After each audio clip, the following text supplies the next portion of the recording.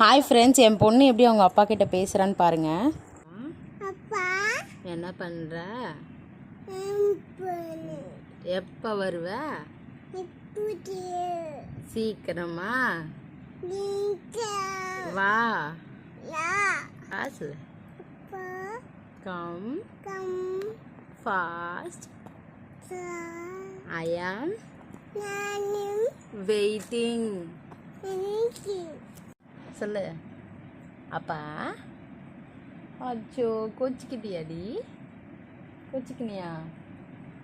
அச்சோ. அப்பா சொல்லு. அப்பதான் அப்பா சீக்கிரம் வருவான். சொல்லு.